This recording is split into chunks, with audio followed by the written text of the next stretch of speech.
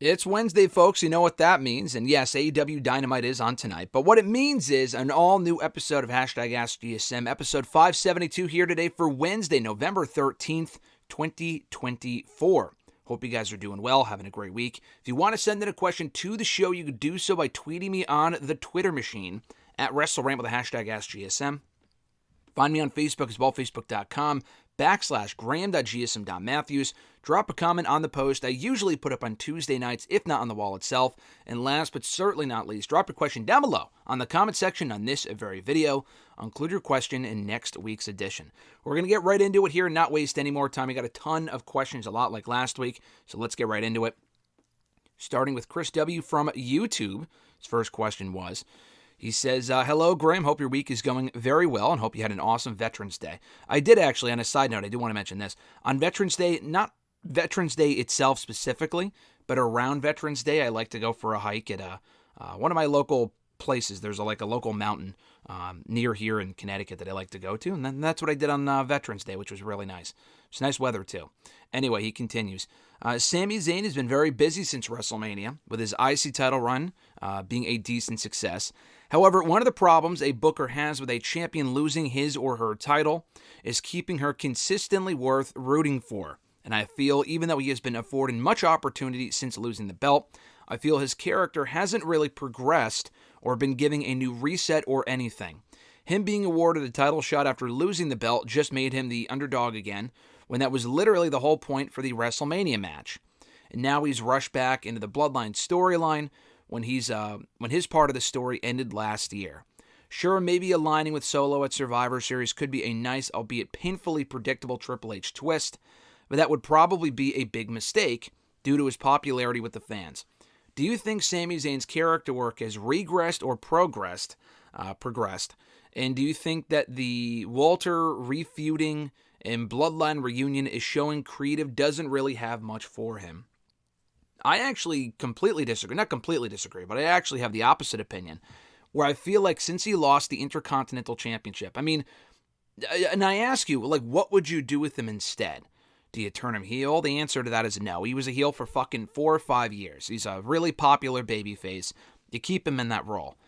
But what more does he really do? He got his rematch for the championship against Braun Breaker on Raw in that great 2 out of 3 falls match, and he lost. To me, there really wasn't any obvious direction from there. You can pick up where he and Drew McIntyre left off about a year ago, earlier this year, but Drew was just finishing up his feud at that point with CM Punk. And Drew's gone for right now. We don't know when he's going to be back. So that wasn't really an option. You're not going to keep Sami off the show for 3 months until Drew returns. That doesn't really make sense. And that's just one option I was thinking of recently as far as going back to the Drew feud, because that never really had a proper conclusion. And even then, they already had 2 or 3 matches on Raw late last year, earlier this year. So that really wouldn't be anything new either. But if it's not that, the other 2 obvious directions to go in were the Bloodline reunion. Yeah, because he wasn't part of the Bloodline, 4 years ago. But as I've said before, he was not the biggest part of the Bloodline. Obviously, that's Roman Reigns. But he was a part of the biggest period for the Bloodline. The most consistently entertaining period for the group, in my opinion and in many people's opinion, was when Sami Zayn was a part of it in Honorary Uce back in late 2022, early 2023. Yeah, his chapter with them ended when he lost to Roman Reigns' Elimination Chamber, beat the Usos for the tag titles, beat them to retain the tag titles, beat Roman and Solo to retain the tag titles and Night of Champions last year. But the other chapter they had yet to explore was him reuniting with Roman Reigns and with Jimmy Uso and with Jey Uso. They could have simply just reunited him and Jey, which it looked like they were going to do a couple of months ago. Remember, I think while Sami was still IC champion, maybe soon after, but it was around that point in the summer, when him and Jey were like, yeah, we should chase the tag team titles. And for a lot of people, that made sense. Jey wasn't really doing anything for months on end, and now he's finally got direction, does Jey. And then they moved away from that. Sami went on to focus on the World Heavyweight Championship with Gunther. Jey went on to set his sights on the Intercontinental Championship, and that was the perfect direction for both guys. Jey got a brief title run. The Gunther-Sami feud you had to revisit. Sami was the only person up until Cody at Crown Jewel to have beaten Gunther on the main roster. They had to revisit that rivalry. That made the most sense. They had a fun little feud with Gunther continuing to decline Sami's challenge because he knew that Sami could beat him because he proved that at WrestleMania. Then he finally accepted. They did the match. It was a great match, and Gunther won, and that was it. So I thought that was the perfect direction to go in with Zayn following his IC title feud. And now the Bloodline stuff is kind of like a seamless progression into the next chapter. Now, when this is over, I don't really necessarily agree, but I do question, what do you do with him then? Does he find someone else on Raw to feud with, like a Bronson Reed, who we kind of already feuded with earlier this year? So it probably wouldn't be Bronson. But there's Bronson Reed, probably Drew. Drew by that point should be back in December. He could be back as soon as Monday's Raw, but I don't think he comes back before Survivor Series if they don't have an obvious role for him. So Drew's an option heading into WrestleMania. I'm just not exactly sure, 100% what you do with the guy going into 2025, once the Bloodline stuff runs its course. I think the War Raiders, should be the ones to dethrone the Judgment Day for the tag team titles. So if they do that, then I don't really see Sami and Jay going after the belts, and that would kind of be a demotion anyway for them, after they were respectively competing for the World Championship, the Intercontinental Championship. You don't put Sami back in the IC title picture, so, I mean, that's just wrestling. You kind of have to find something for everyone to do at one given time, and sometimes it just doesn't work out. Sami might be a guy that going into the next draft, whether it be in January coming out of Mania, might benefit from going back to SmackDown. And I know people are probably going to roll their eyes at this, but another obvious direction they can go in is Kevin Owens being mad at Sami Zayn for, rejoining the Bloodline after everything they went through. And not the Bloodline itself, but like this new OG version with Roman Reigns and the Usos. Owens would take exception to Sami doing such a heinous thing, rejoining Roman Reigns after everything that he did to him and whatever. That would make a whole lot of sense. Now, I say people would roll their eyes at that because we've seen Owens and Zayn feud on the main roster God knows how many times, including NXT as well, and not even mentioning all the other times they feuded in like Ring of Honor and shit like that.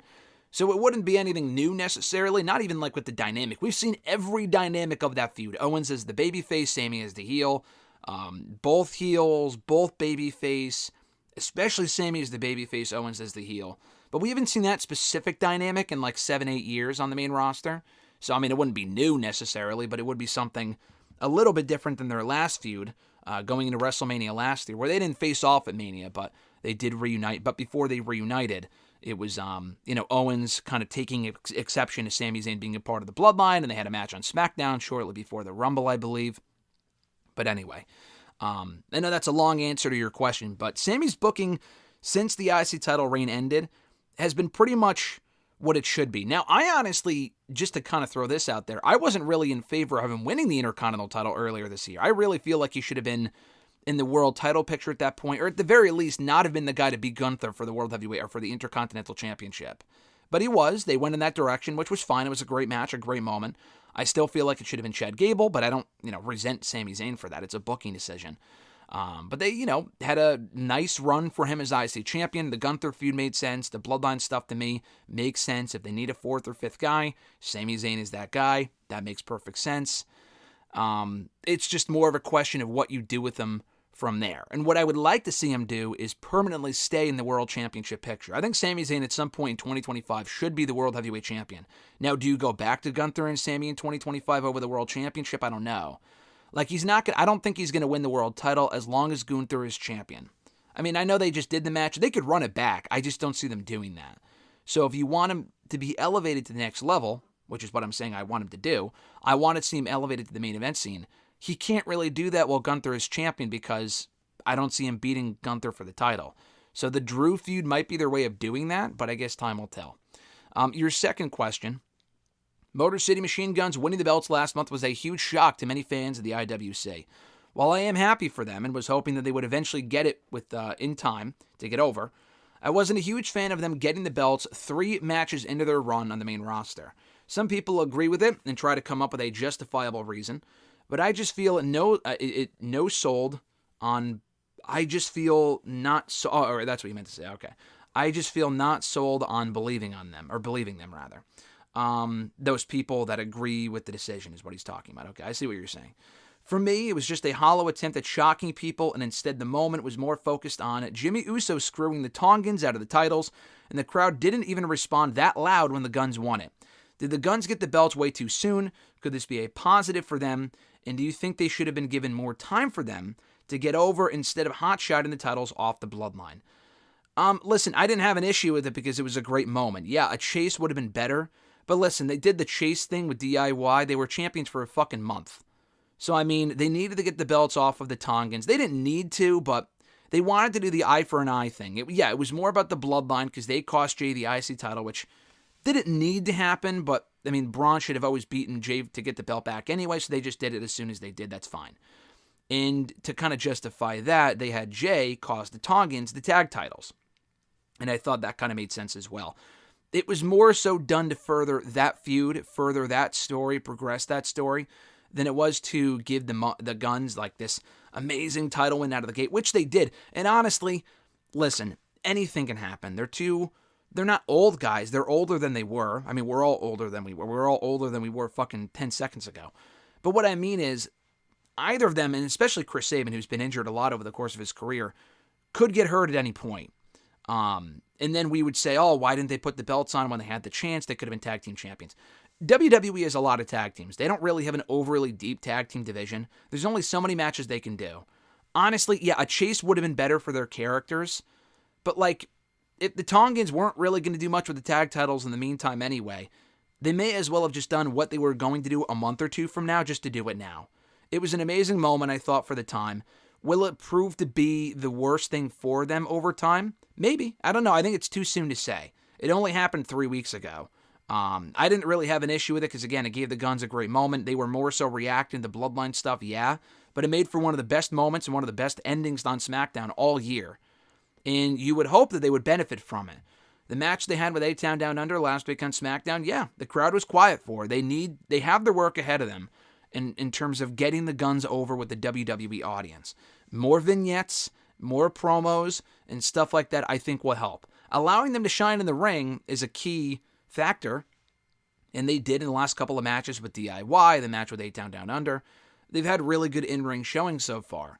But WWE also kind of needs to let the audience know who they are, what they're all about, and why people should care about them. Beating the Bloodline out of the gate was a great way to start, but it's how you follow up on it.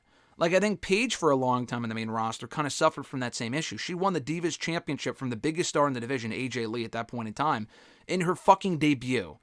And then it was like, well, where do we go from here? And it was kind of a mistake, but again, it made for a great moment. People still talk about that moment and that debut all these years later, a decade later, because it was a great debut, it was a great moment. I don't really disagree with rushing the belt onto her, because again, sometimes you're going to do that. Not everyone has to have a chase. Sometimes you can, quote-unquote, rush a belt onto a certain team, onto a certain person, female, male, whatever. It's all about the follow-up. So far, the follow-up's been fine. It's too soon to say as far as, you know, whether it was the wrong decision and where they go from here. Will they get over? Will they not get over? I'm just glad they went to WWE. I feel like in AEW, they would have just been another team. You could say the same thing for their WWE run, but the idea of the Guns ever being in WWE a while ago just seemed not fathomable. It seemed unfathomable, and here they are.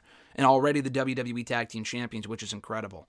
So we'll see where they go. Like with Paige, they didn't really have a whole roster of women for her to work with back in 2014. She was facing fucking Tamina and Alicia Fox. Like, that is how low we had gotten in the women's division back in 2014. And they didn't even really have a brand split at that point. It was just her defending on, you know, against various opponents from the entire roster. And that was how fucking shallow the women's division depth was back in 2014. They have more teams than they did women back in 2014. They have more teams now than they did women 10 years ago. But they got to craft, you know, good stories. They could lose the belts as soon as Friday. They could have the Profits go in there, become champions, turn heel, and then the Guns have to chase to get them back. That would be a great story, too. That would be totally fine.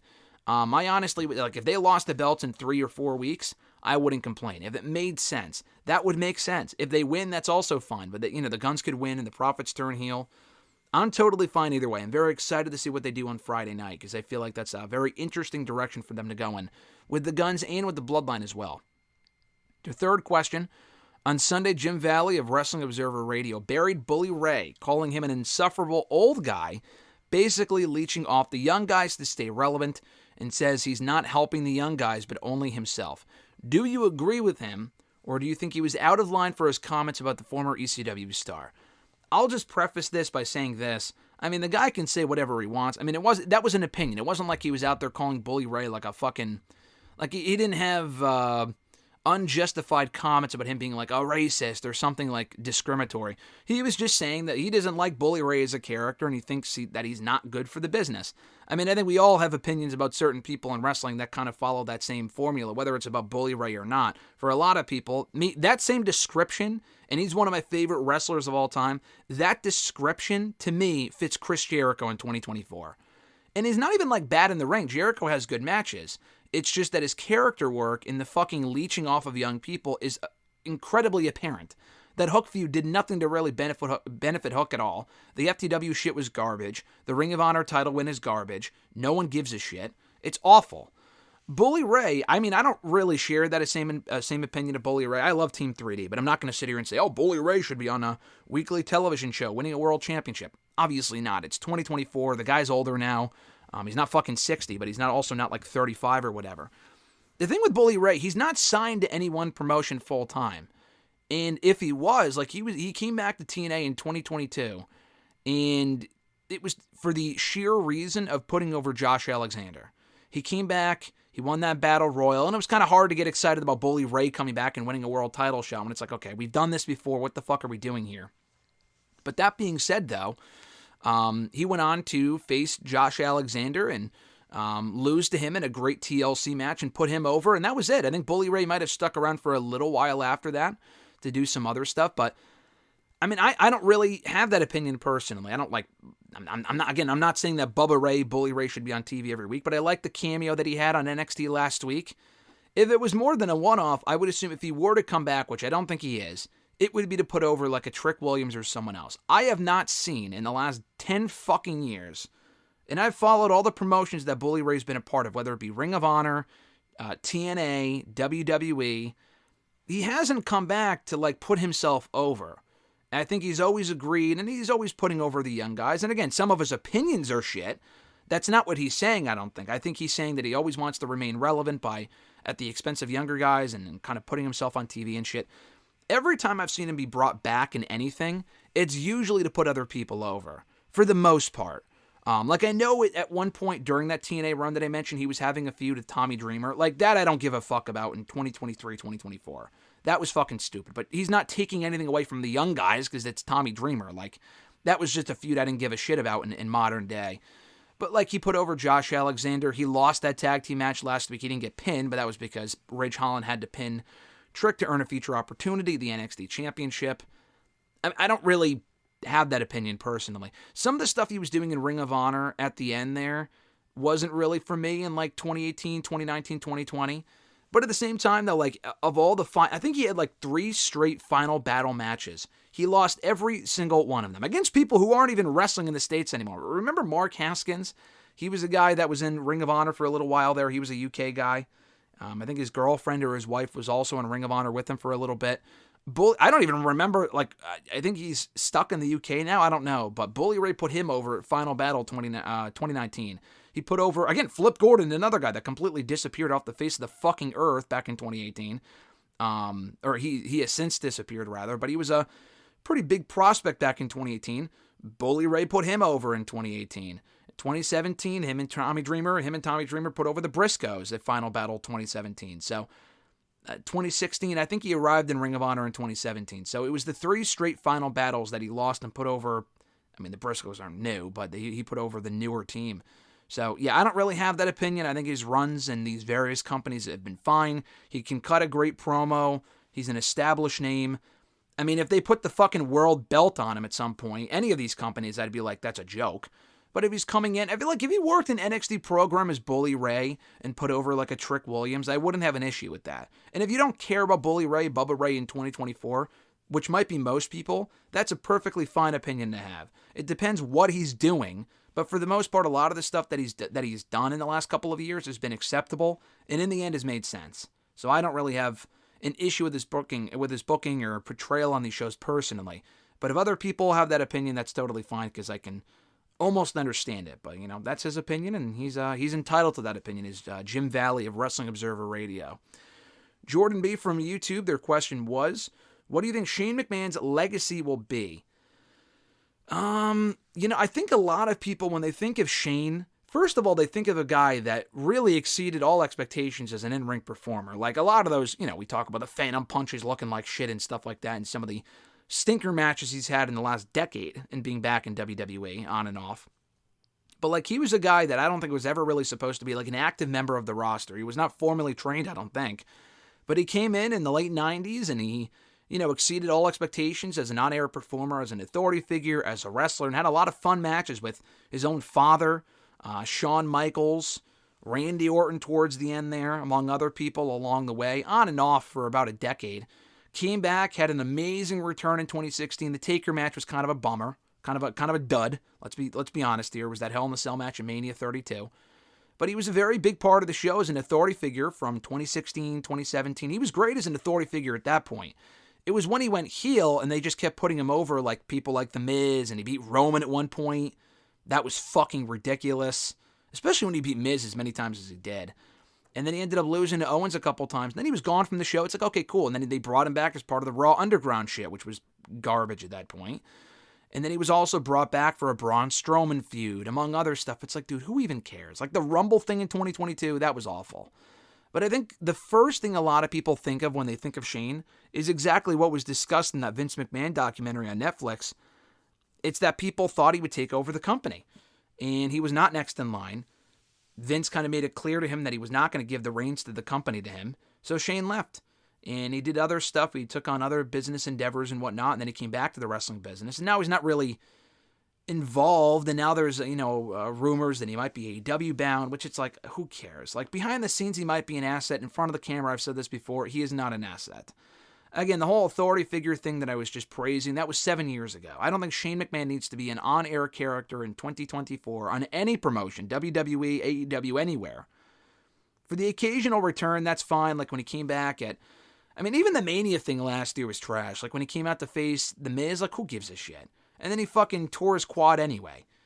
So, I don't know. I don't really need to see Shane back in the fold in 2024 in any promotion. But your question was his legacy. I think it's a guy that exceeded all expectations, honestly, as a guy that had, he is a good mind for the business, I think, overall. He's done well as an authority figure, in-ring performer anytime he's been back. Again, not so much in recent years because he's a lot older, but especially from 99 through 2009, he was a very lovable character, and for a long time, and probably still is, one of the more bearable members of the McMahon family. Your second question, what's an unpopular wrestling title opinion that you have? For me, I like the silver ECW title that WWE introduced back in 2008. I like that belt too. I actually used to collect all the Jakks Pacific Championship toy belts. When I got into wrestling in 2008, that was one of the first things I did. My younger brother, would collect the wrestling action figures, and that was kind of his thing for a few years when he was a kid. I would collect the Jakks Pacific belts. And they discontinued them for the Mattel belts in 2010. But I collected a lot of them. I probably collected at least 20, if not more, from like mid 08 through early 2010. And one of the last like toy belts that I bought was that ECW silver belt, ECW championship belt, that silver one. I had the other ECW belt too that I probably bought for a couple bucks at fucking Toys R Us back in the day. But one of the last toy belts that I bought before I got the Intercontinental Championship given to me as a gift, the replica IC title, the white belt that I have all the signatures on. The last toy belt I probably bought was that ECW one. I think I had like a $25 gift card, something like that, like one of those Visa gift cards. But the belt on WWE Shop, I think it was on WWE Shop that I bought it off of, cost more than that. And I had to use my mom's like credit card or something to get the belt, and I gave her the gift card because it was if it's like $27, it doesn't deduct the money unless it's like a WWE Shop gift card. You have to have the full amount on one card, and I think it still works that way, which is fucking annoying. But anyway, I do have that belt somewhere. I like that design. Unpopular wrestling title opinion. I fucking love the previous design for the United States Championship. And to me, that's the best one they ever had. Better than the one they have now. Better than the one they had before that. Better than the awful spinner version that John Cena held in 03, whenever it was, 04. I think it was 04. That's when he won the belt for the first time. But yeah, no, I did not like any of the other versions. Maybe it's just because I grew up on it, but I fucking loved that star, the star spangled version of the belt that they had from like 03 up until like 2021, 2020, whenever they got rid of it. I think it was 2021 that they finally redesigned the belt. It might have been, I think it was actually 2020. I take that back. I think it was 2020 because I remember Apollo Crews holding both versions of the belt when he won it back in 2020. So, yeah, I don't know. I think that's unpopular because I would always see people say, oh, that belt is ugly and doesn't get a whole lot of love. But I love that belt. I thought that belt was great. And I honestly also do not mind the WWE title design. I would prefer a spinner belt. And I take that back. I'm sorry. Fucking kill me. I would prefer a winged eagle belt.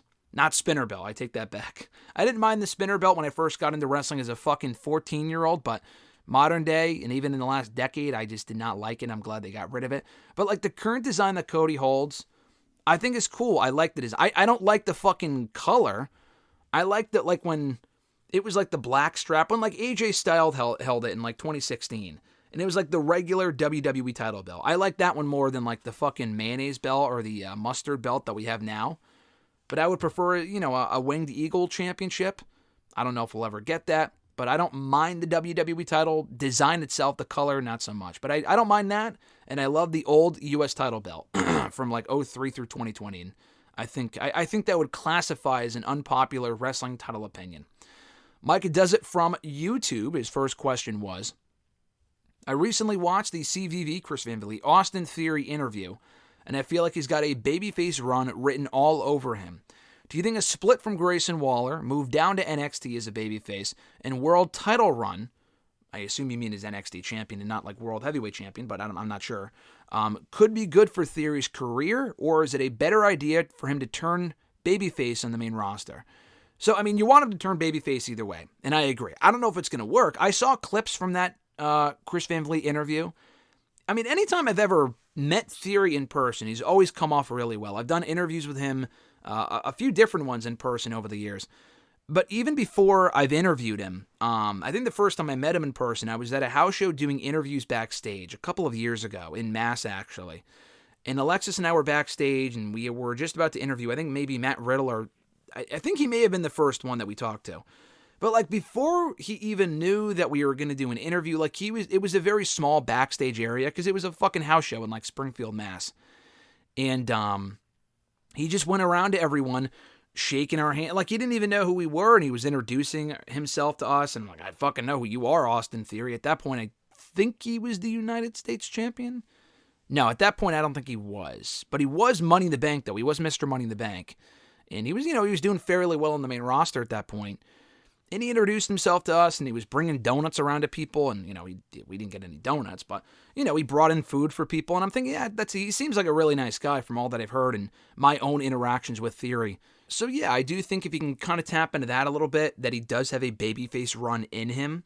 Going back to NXT first is not a bad idea. NXT has a very shallow men's division right now. They have far more of a stacked women's division than they do their men's division. In the main event scene, mid-card title scene, whatever. I mean, they have some good stars there, but it seems like it's pretty shallow. Like, it's slim pickings in terms of, like, who they can have challenge for these titles. And, we saw fucking Trick Williams and Ethan Page, who was a newer guy, by the way. He wasn't even there, 6-7 months ago or whatever. We've seen him challenge for the belt. They've done him and Trick like 3 times. It's time to move on from Ethan Page and Trick Williams and people like that. Like, they're putting Ridge Holland in that spot, and that's cool. But, like, they need newer people. Theory could be one of those guys. Theory actually teased cashing in Money in the Bank on the NXT Championship about 2 years ago. And then he didn't, obviously. He did it on the U.S. Championship instead. And Theory even said in that interview with Chris Van Vliet that he would not have cashed it in on a mid-card belt, because I think some people agreed with it. I still think it's fucking stupid. I know Roman Reigns was like this unstoppable champion at the time, but he could have held on to it for longer, until it got closer to the time in which he had to cash it in, and he didn't. He just cashed it in pretty fucking quickly, actually, within a couple of months, and he lost. And not even like he cashed it on a mid-card belt and he won. He fucking lost. And that was just stupid. So a move to NXT could help as a babyface. I mean, he's not beating Trick Williams for the belt, but I mean, maybe thinking long-term, maybe someone beats Trick for it and he can beat that person. That wouldn't be bad. He's already been back in NXT. So, I mean, he's already had a few NXT runs at this point. Like, when he got signed 5 years ago, he was in NXT for about, very briefly, like only 6 months. And then they called him up very early on in the spring of 2020 around Mania time. I don't know why. But then they put him back in NXT at the end of the year, and he did the Way thing, and that was popular. Then he got brought back to the main roster in late 2021. That run also did not last long for him. But he didn't really get a shot as like the North American champion. He was more so doing the tag team thing with Johnny Gargano. I think trying with him in like the main event scene could work, and I wouldn't be opposed to it. You could try it on the main roster. The thing is, he would have to turn on Grayson Waller, or vice versa, but Theory would have to be the babyface coming out of it. So then he becomes babyface, goes babyface, maybe wins that feud, and then goes to NXT. I don't know how that would work exactly, but I would probably prefer that because I feel like as a babyface on the main roster, I don't really know what more you do with the guy. Like, we already have seen him as a United States champion a couple of times, and that last run wasn't really overly great there by the end, so I don't really want to see Theory in the U.S. Championship mix. He did the tag team thing to kind of get away from the U.S. title belt, so yeah, honestly, I would like to see him go to NXT, if only for a little while, to kind of, reset himself, and hopefully it works better for him than it did for Dijak and Corbin, who went to NXT, had great runs, and then they were unceremoniously fucking fired. So hopefully for Theory, he goes to NXT, kind of does some great work, and then goes back to the main roster, and that success translates, and it's not just for nothing. You know what I mean? Your next question, how do you think Jon Moxley would be booked if he returned to WWE? And what are 5 matches that you would want to see him have in WWE? I feel like the most obvious direction, I feel like he would be booked fine. Would he be the same main event guy that he's like the same main event spot that he's in right now in AEW? In my opinion, no, I don't think so. Jon Moxley's been a perennial main event player for AEW since day fucking one. He closed out their first ever pay-per-view, laying out Kenny Omega. He's a 4-time world champion, former international champion or whatever, but he's done a lot in AEW. And for the most part, he's always been at a top level. And if he hasn't been, it was like for a justified reason of like kind of giving him a break from the main event scene. He can't constantly be in the world title mix. But like he was in the world title mix for the first 2 full years of AEW, 2019, 2020. 2021, didn't do a whole lot, but he was like the New Japan US champion, I believe. Concurrently, maybe after that as well. I think he maybe held both belts at the same time. I don't remember. I think he was, actually. I think he was both the US champion in New Japan and the AEW world champion. And then he lost that, and then he was kind of gone for a little bit, and then he had his like rehab stint. 2022, he went on to win back the world championship at the end of the year, did the whole Blackpool Combat Club thing. He won the New Japan world title earlier this year, so he is a multi-time world champion outside of WWE, not even counting his one WWE title run back in 2016. All of that to say, I don't think he would have been in the same spot in WWE. Under Vince, under Triple H, I think they see him at a certain level, and also his style, I think, lends better to AEW, in my opinion. Like, when you said the 5 matches thing, I wrote down a number of names that I think would be interesting. But a lot of the names I think that are interesting are people that he's already faced before, for the most part. It's just that I think it would be fun to revisit all these years later. So, as far as, like, the matches go, I wrote down Cody Rhodes. They've been in the same place at the same time. They even feuded when they did the Rhodes brothers versus the Shield feud back in 2013. But I don't know how many singles matches they ever had. I don't think they had any singles matches. In AEW, they were also there at the same time for a few years, but I don't think they ever really crossed paths. Obviously a Roman feud, obviously a Seth Rollins feud, both of those feuds, I think, we've seen them a lot, specifically the Seth one, but this version of Moxley versus them all these years later, I think would be interesting. Moxley and Gunther, just because I don't think I've ever seen it before. Him and Drew McIntyre, which we've seen before, especially towards the end of his WWE run in 2019, but like this version of Moxley versus that version of Drew would be interesting. This new version of Drew. LA Knight, probably just for the promos. The matches would be good too, but more so for the promos. And then Randy Orton. I don't think they've worked together before in WWE a few times, but never really as a full-fledged program. And I think that would be interesting to see as far as what they could kind of do together and whatnot. So yeah, Orton would be another good option. But most of those people he has worked with before. And a lot of the people in WWE, like, you think of the top talent they have, we've seen him and AJ a bunch. We've seen him and Kevin Owens a bunch. We don't need to see those matches again. I mean, you could do it again, but we've seen him several times. Even John Cena, we've seen, not as like a full-fledged feud, but they had a bunch of matches between 2014 and 2016. So they've worked together several times before. Damian Priest, that doesn't really do much for me. Like him and Finn Balor, doesn't really do much for me. We've seen him in The Miz a million times. I'm trying to think of who else. Who does SmackDown have? Cody Rhodes I already mentioned. Randy Orton I mentioned. Kevin Owens we've seen before. Sami Zayn, maybe? Sami Zayn wouldn't be a bad option. I just feel like most of the top talent the WWE has, we've seen him work with before, so it's really nothing new. I think Moxley will never come back to WWE for a full-on run, but I could totally see him coming back down the road for a Hall of Fame induction, if not for a one-off return for a Shield reunion. I've said that before. I said that about Punk, and I was right. I think I could totally see the same thing happening with Moxley much further down the road when he's closer to the end of his career than, right now he's not in the beginning of his career, but he still has several years left. So I don't see him going to WWE. But yeah, I just feel like he would probably be an upper mid-card guy. I mean, he could get a main event push with people like Rollins and Roman and people like that, but I just don't see him staying at that level. I just don't. It would be nice if he did, but I don't know if they see him at that level regardless of the regime. I don't see him coming back like a Punk, which, again, that was another feud that we've already seen before, too, very briefly back in 2022, but we've seen it. That's another one I would love to see that, but we kind of got that a couple of years ago. I don't see him coming back in a Punk role where he's a part-timer and, he's this big main event star and everything that he's in feels important. It should, but in WWE, I just don't see him. I don't see them treating him in that same way they treat Punk, Rollins, Roman, and people like that. Would love to be wrong, though. And I feel like there are a few fun matches to be had with Moxley and WWE, Dean Ambrose, whatever. But I feel like we're much farther away from that happening, at least in my opinion. His next question, will you be checking out the movie Red One? Yes, I will be. I will be away this weekend. Shockingly, for nothing wrestling related. I am taking a weekend, not really off because I'm always doing shit, but it will be the least amount of shit that I'll be doing over the course of a weekend without stretching myself too thin.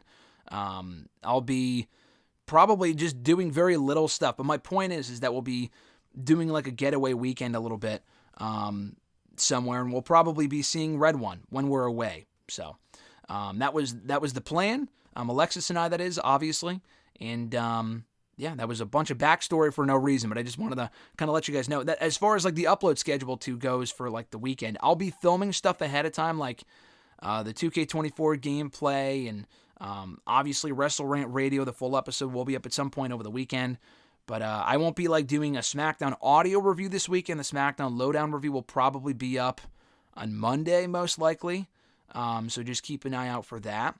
In my reviews, I'll probably have some reviews up. We'll see. I'm trying to get as much done before I go as I can. But yeah, just a weekend getaway, and thought it would be a good idea because I never really have a vacation. And that typically, if it's to go to a wrestling show, it's not really a vacation. Typically, there's a lot of work involved there, and I'm hoping not to do that this weekend. So that's the plan. And as part of that vacation, whether it's good or terrible, we are planning on seeing Red One on Saturday. Brandon A., speaking of movies, his question was, he says, what's up, GSM? Hope you're doing well, as usual. Thanksgiving is upon us. In honor of that, what is your favorite Thanksgiving movie? Are there any that you can think of that you can point to me besides planes and trains and automobiles? Why do you think there are so few Thanksgiving movies? Lastly, what do you think would make for a great plot for a Thanksgiving movie?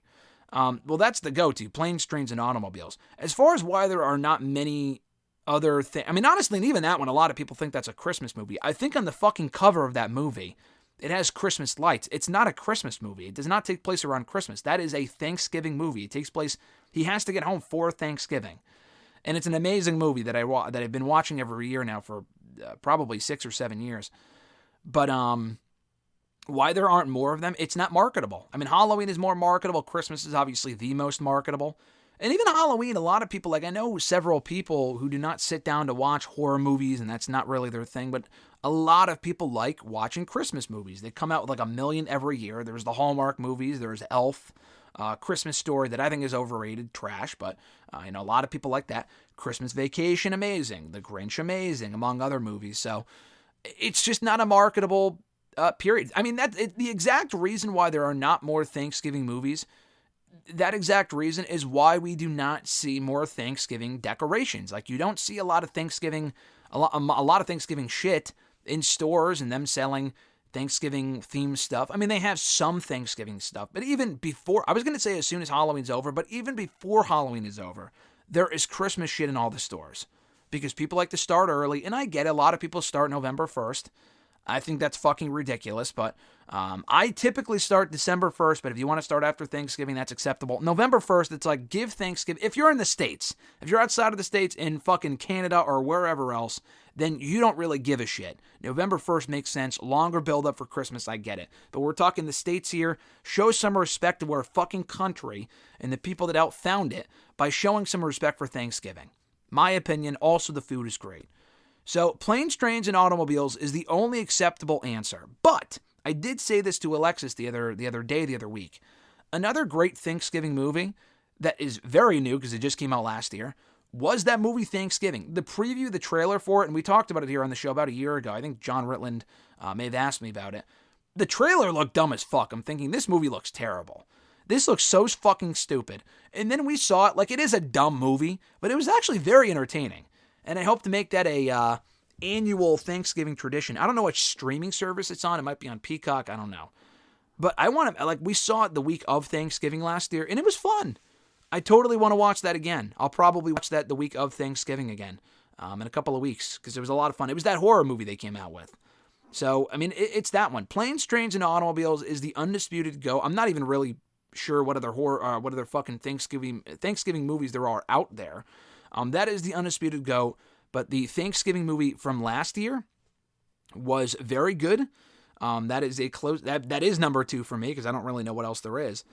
And not only that, it was a great plot too. Like you asked, what would make a great plot for a Thanksgiving movie?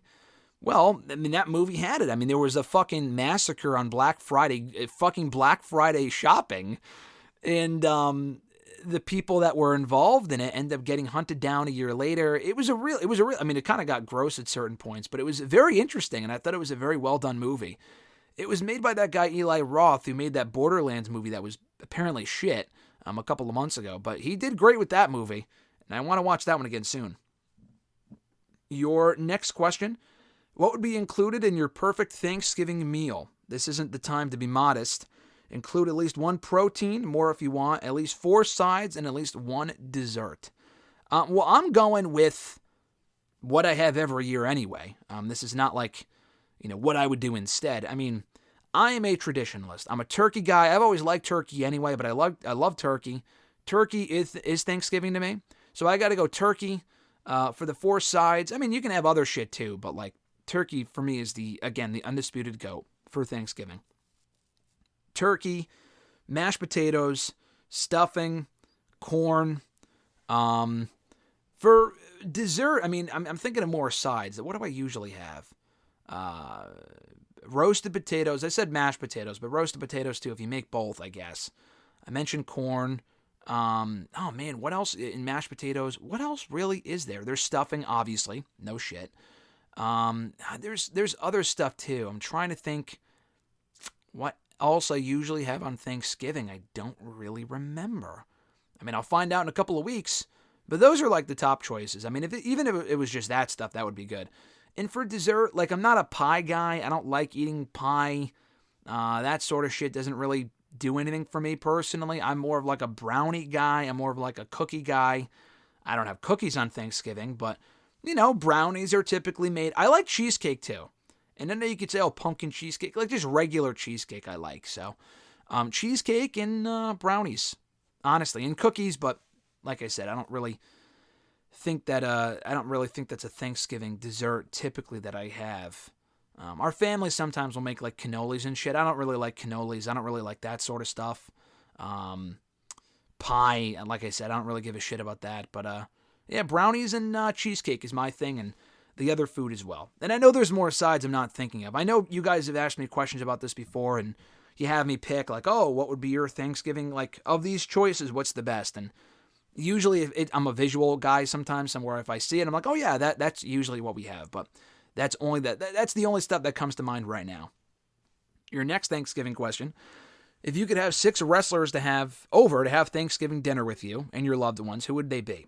3 men and 3 women. Well, I would go with my favorites. CM Punk, William Regal, Christian Cage, that is. As long as he's not in character and isn't making fun of my fucking dad or my grandfather and wishing he was dead or something like that. As long as these are all like out of character people. And then for the women, Bayley, Tegan Knox, AJ Lee. I was thinking of like the third woman because I'm thinking, is AJ Lee like my third favorite women's wrestler? She probably is, first of all. Second of all, she's married to CM Punk. So CM Punk isn't coming to Thanksgiving alone. She can bring her husband and Punk can bring his wife. So that just makes sense. And your last question here. I believe in modern era WWE, the 4 horsewomen have been big megastars of the women's. Your wording was a bit off here. I think you meant to say the 4 horsewomen have been the big megastars of the women's division, along with Bianca Belair and Rhea Ripley. I believe Asuka, Io Sky, and Ronda Rousey, albeit less popular, form a close second tier who have reached Hall of Fame-worthy success, but not like the first tier I named. I believe there is a third tier that arguably may have higher than the second tier. That list for me includes Alexa Bliss, Liv Morgan, and Nia Jax. These women will all end up as Hall of Fame careers, largely due to character work more so than in-ring ability. Do you believe that this tier of women gets forgotten sometimes when they don't have the same match quality as the others aforementioned? I believe these women have contributed just as much from a TV time, storytelling, or storyline and character standpoint. Do you agree and disagree? Also, do you believe Chelsea Green and Carmella have potential to be part of that tier? Take care. That third tier, if that's what you're talking about. I mean, Chelsea Green and Carmella are comparable in terms of like taking nothing and making something out of it.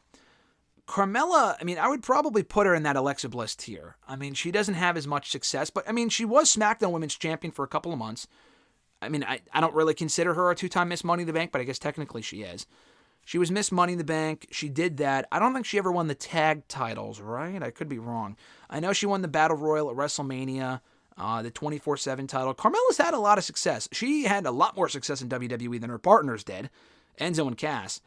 I mean, Alexa Bliss was more of a star than Carmella was, but Carmella was a pretty consistently booked star there from late 2016, 2017, 2018, 2019 kind of, and that was really about it. Like, I know in 2020 she came back as a heel, did the Sasha Banks feud, and she did well with that character. Oh, she was tag team champion. I remember she won the belt. I totally forgot. I remember she won the belts actually with Zelina Vega back in 2021. So she had that going for her for a little while.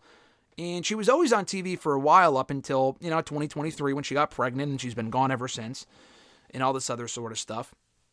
So, I would probably put her in the same tier. I think she's been more successful than Liv Morgan. I know Liv Morgan's become a big star this year, but before that, she was never booked as well as like Carmella. She was always just like a tag team person, and even then, it took her fucking forever to win the tag titles because she could never win them with like Ruby Riott or Sarah Logan. And the Riott Squad never really kind of had the success. I think they should have had more success, but they didn't have a whole lot of success, really. They never won shit in WWE as a unit. So, yeah, I think, I would put Carmella in that same third tier. Chelsea Green, does she have the potential to be a part of that? She does. She's a former tag team champion multi-time. She's very entertaining. I could see her winning that mid-card belt at some point. I could see her at some point being at that level. Currently, she's not. All those other women have far more success than she does. But she's only been back now for about a year or two, so you got to give it more time. But yeah, I think those tiers make sense. Is that third tier kind of forgotten about? It is. I mean, they're not really forgotten. I mean, Alexa Bliss is forgotten about because she's been gone for almost 2 years. But like Liv has always been there, and people love Liv. Nia Jax, I mean, she's a different story. Her matches were largely terrible for a long fucking time. Liv's matches weren't bad. They just weren't like great. Nia, I would only put her in that tier now because she's improved a lot. Like, she had one single women's title reign on the main roster fucking 6 years ago that people forgot about because it lasted 2 months and no one gave a shit. I mean, she was kind of over as a babyface for a little while, but then they turned her back heel because it clearly wasn't working and all this other shit. But she was a tag team champion. Like, she was more of a Shayna Baszler than she was a Liv or an Alexa Bliss. Liv is also, like, I think Liv and Nia are only at that tier because of their 2024s. If it wasn't for their 2024s, they probably would not be on that list, at least in that third tier. it would be more so Carmella and Alexa Bliss. And I think Carmella belongs at that level as it is. But Alexa especially, I think a lot of people forget she was at the time people didn't forget because all she ever was doing was in the title picture. But from 2016 through like 2018, late 2018, for like 2 straight years, she was always in the title picture. And then even from that point forward, she was doing tag team title stuff. She won the tag titles a couple times. She did the Bray Wyatt stuff. She was doing a lot of different things. She was back in the singles title mix for a little bit and lost, didn't win the belt, but, she faced Charlotte for the championship unsuccessfully, Bayley among others. So yeah, Alexa Bliss kind of gets forgotten about because she hasn't been around in a long time, but she's a multi-time Raw and SmackDown Women's Champion for a reason, and I hope to see her pick up where she left off, and I'm not sure that will happen just because there are women that are better than her that kind of have the spotlight now as far as like in-ring stuff. Her prime might be behind her as far as like the best work that she's going to do, but I hope not. I hope I'm wrong and she can come back and pick up where she left off because she'll be a quality addition to the women's division right now. Christopher L. said from Facebook, his first question was, last night, he's talking about Monday night, the teases for the women's War Games match with the show closing angle with the women following the tag team title match. They had teases, I guess is what he meant to say, for the women's War Games match. It seems the teams will be Team Nia versus Team Bianca. Do you feel this whole segment leading to the tease was rushed? And why do you feel the NXT women are not being involved? I mean, I said this last week, an NXT Women's War Games match, which we found out on NXT that night, is not fucking happening. But I had said on hashtag last week, for as great as that would be to do that match, that 10-woman tag team match we got in NXT last week, as great as that would be to do inside War Games, WWE is not going to fucking do it. Because it has nothing to do with the main roster. And it's not like, the main roster audience, they don't really know who Zarya is, and even Jordynne Grace. I know she was in the Women's Rumble, but a lot of those women, they don't really know who they are, beyond maybe Roxanne Perez and a few others. The main roster crowd would not give a shit. At Survivor Series in Vancouver, they probably would. But, that has nothing to do with the main roster. If they did that 10-woman tag inside War Games, in NXT it would make sense, yes. But on the main roster, why would they do that at Survivor Series? It has nothing to do with the main roster. Now, if they mixed main roster women with NXT women, then yeah. But it's a package deal. I wouldn't take Roxanne Perez and Julia and put them in Women's War Games. That would make no fucking sense. It would have to be the entire package from NXT or no one. So I'm not really surprised that NXT isn't involved in that. Secondly, the Women's War Games thing, I'll go more on a rant about it tomorrow on Wrestle Rant Radio with Mr. Marceau. We talked about it last week, and I mentioned here on the show, why it's not necessary this year, and they're still fucking doing it anyway. It is so fucking unnecessary. I'm sure the match will be good. There is zero reason to do a Women's War Games match this year. Absolutely no reason. It feels so even the men's match feels rushed, but at least that has more of a storyline reason to happen with the Bloodline Civil War. The women's match, there is literally no reason as to why that should happen. Nia and Liv were literally just facing each other 2 or 3 weeks ago at Crown Jewel, and now they're supposed to be partners? I don't really care about Jade and Bianca feuding with Liv, and who cares? Who gives a shit? They don't even have an issue with Nia and Tiffany. I know they beat them on SmackDown last week, but they're not really feuding. Io Sky just became number 1 contender. Why would she have that much of an issue with Liv to where it would need to be War Games? None of it makes any sense. It just does not make sense to me at all. Bayley could be involved. Naomi, I know, is feuding with Nia. That is not a fucking War Games match. That is an elimination match, folks. That is, in my opinion, folks, an elimination tag team Survivor Series classic match. That is a classic Survivor Series tag team elimination match. Not a fucking War Games match. That is the sort of shit that you would see in the late 2000s, where it would be these different feuds mixed into one elimination match from all the different brands. That was fun. But it works better as an elimination match, not a fucking War Games match, where it should be all this bad blood. In the past couple of years, they've tried to make it make sense. With the women, they had damage control and stuff like that. That made sense. In 2024, it does not make any fucking sense. There are no factions here. There are some teams. Nia and Tiffany don't even get along right now. Raquel has not been made to look like a threat at all since she's been back. It's fucking stupid. The build is just awful for the War Game shit. The men's match has been intriguing, but even that feels incredibly fucking rushed. Why don't you do it when it makes sense and not necessarily at Survivor Series? That's what I don't understand. Anyway, your second question. 2 stars who have been there from the very beginning are Darby Allin and the scapegoat Jack Perry, talking about AEW here. Both have history, both have put on good matches with solid chemistry, and both have been given a consistent push throughout their times in All Elite Wrestling. In your opinion, however, who has the brighter future, the scapegoat Jack Perry or Darby Allin? Also, thoughts on Tony Khan's comments about Darby Allin. I don't know what he said about Darby Allin. I don't know. Maybe I saw that and I just don't remember. But I don't know what you're talking about, so I can't comment on that really. But as far as Perry or Allin, definitely Darby Allin. I mean, there are a lot of people that don't like Darby for a variety of reasons.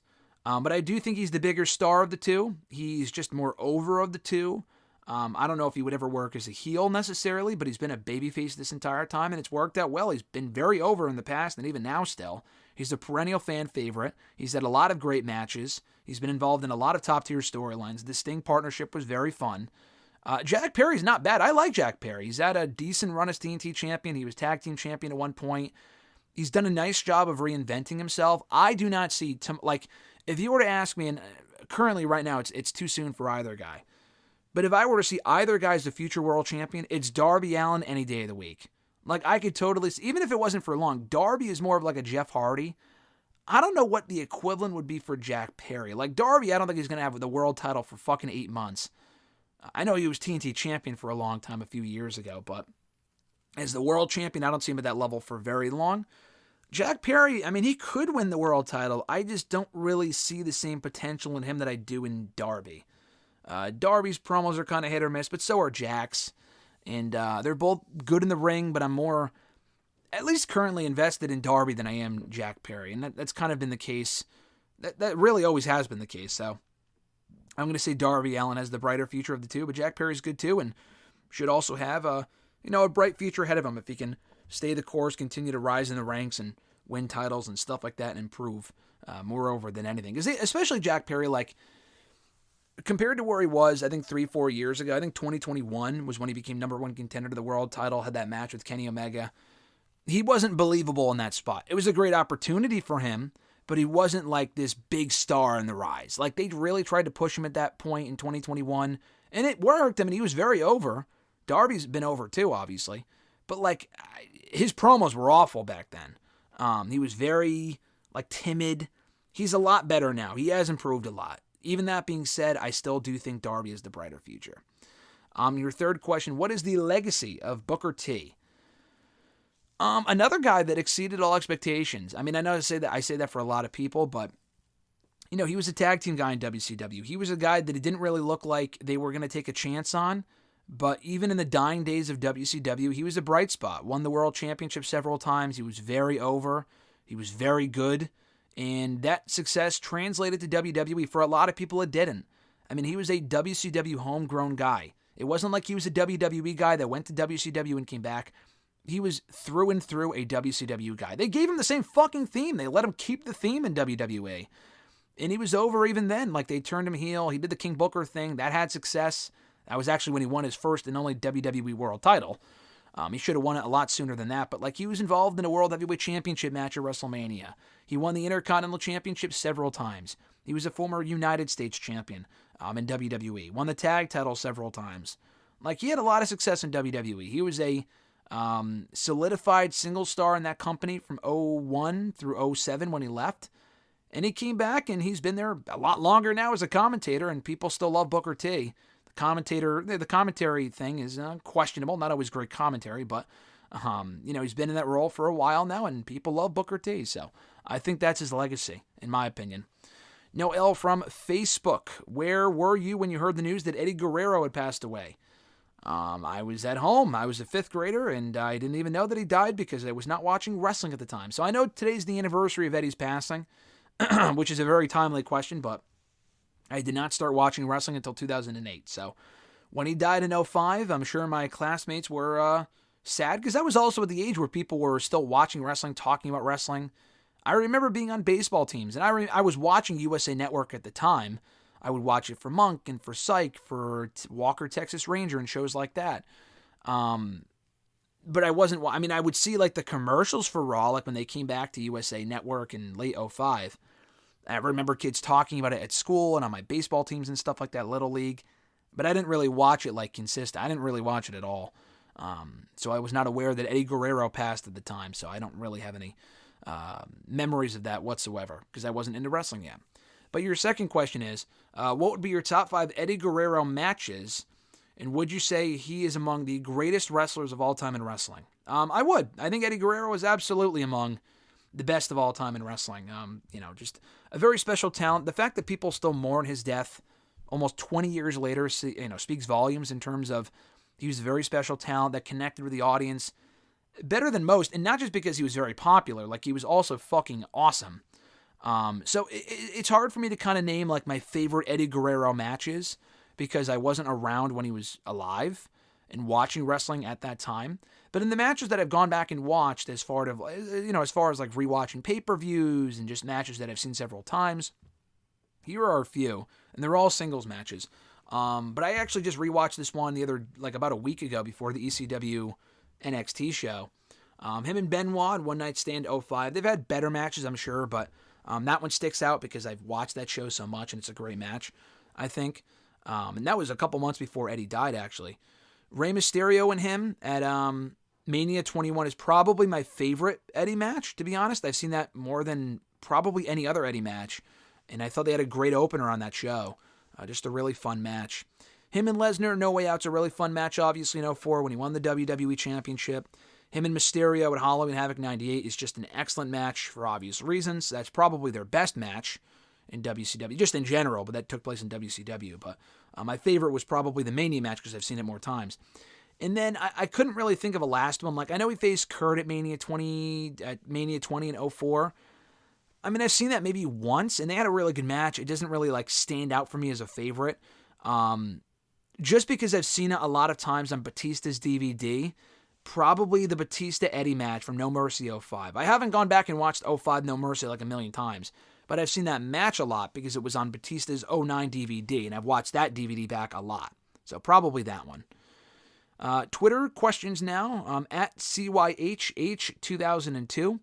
Is it true that the only reason why episodes of Raw, SmackDown, and NXT and the WWE PLEs don't have only men's matches and no women's matches anymore is because of a mandate from Endeavor promoting gender equality?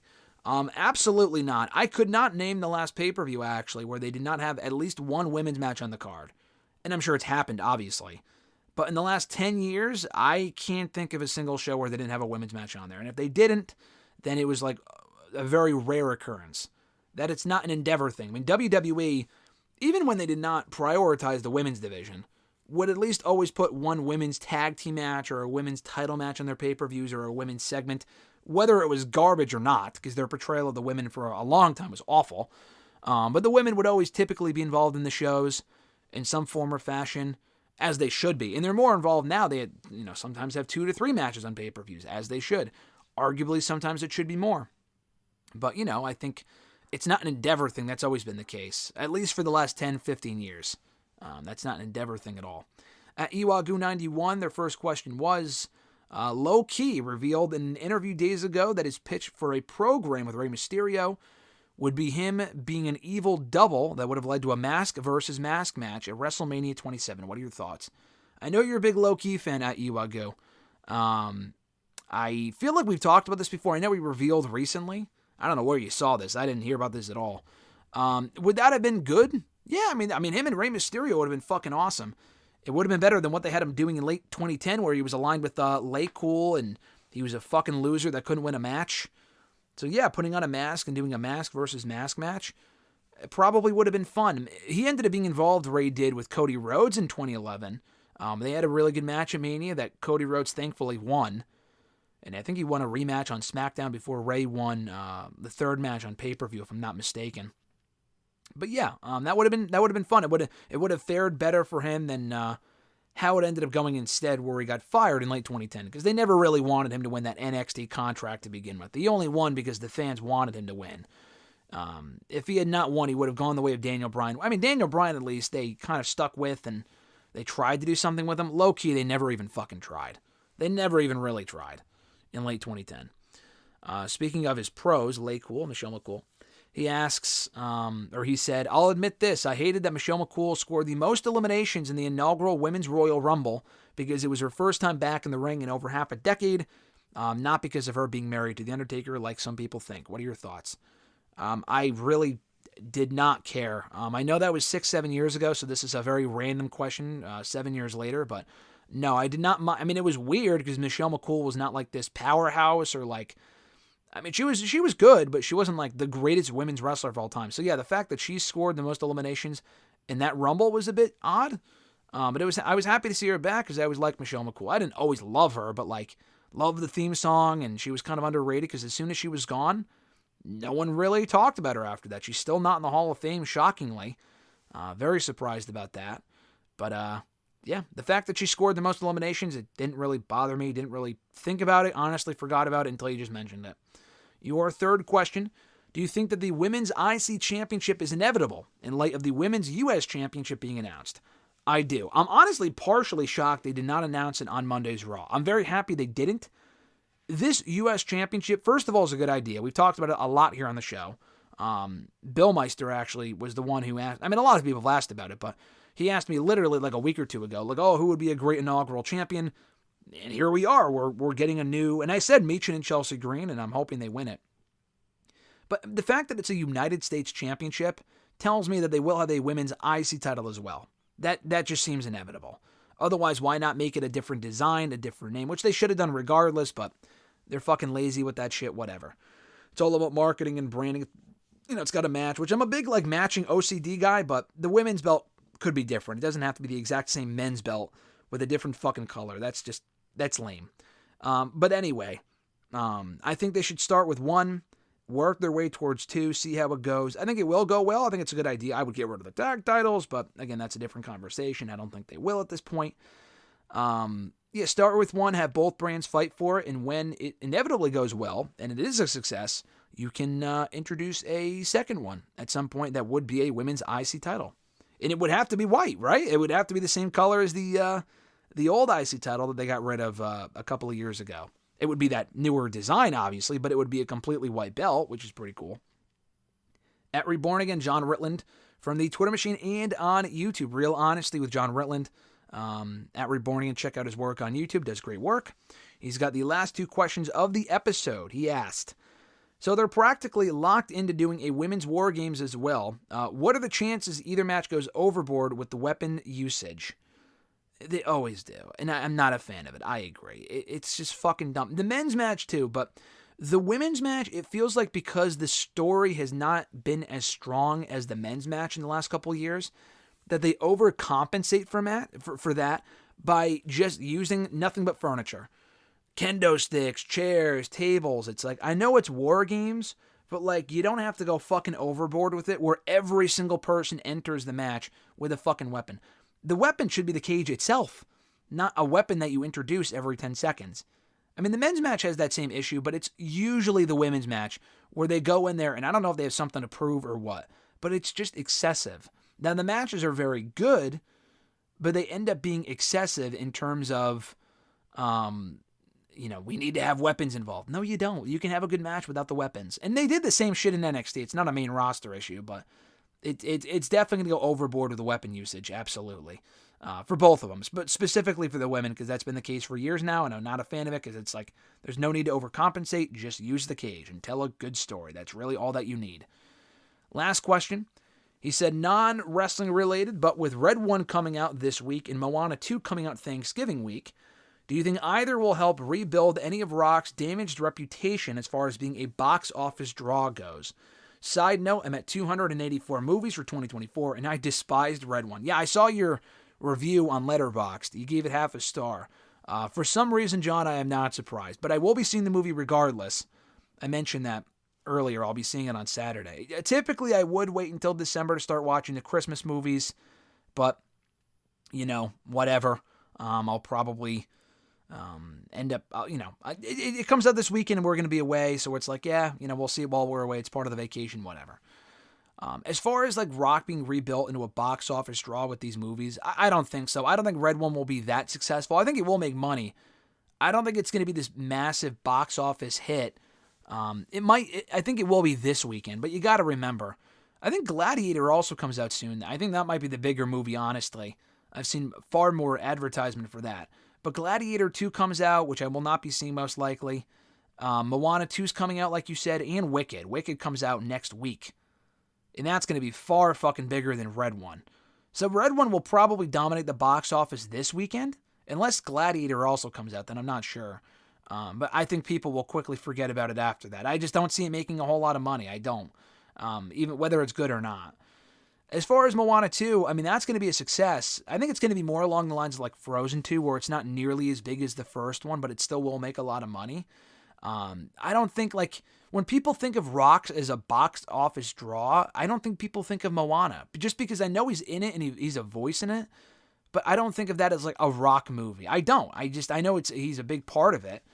But I think of like Jumanji and San Andreas and Rampage and all these other movies that he's been a part of over the years.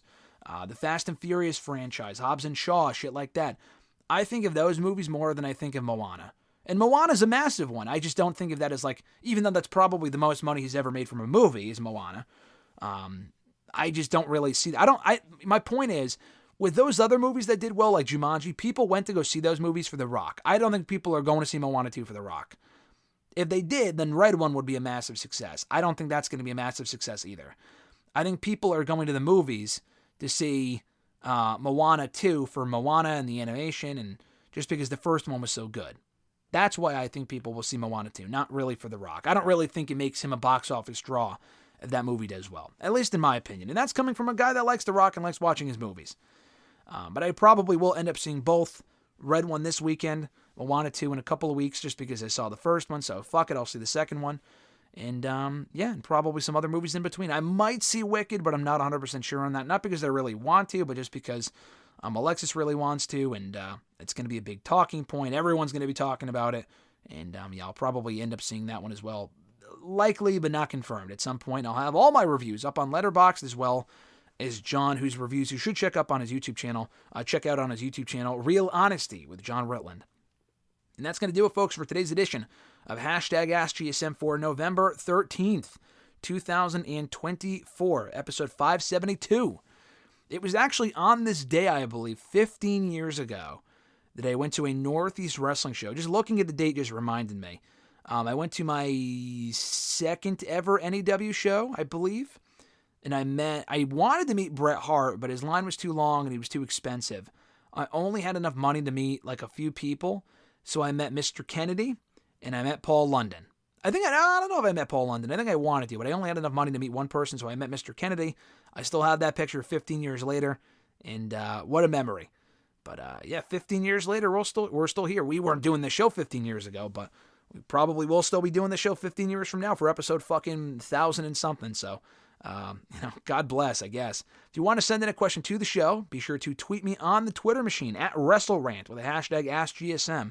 Find me on Facebook as well, facebook.com/graham.gsm.matthews.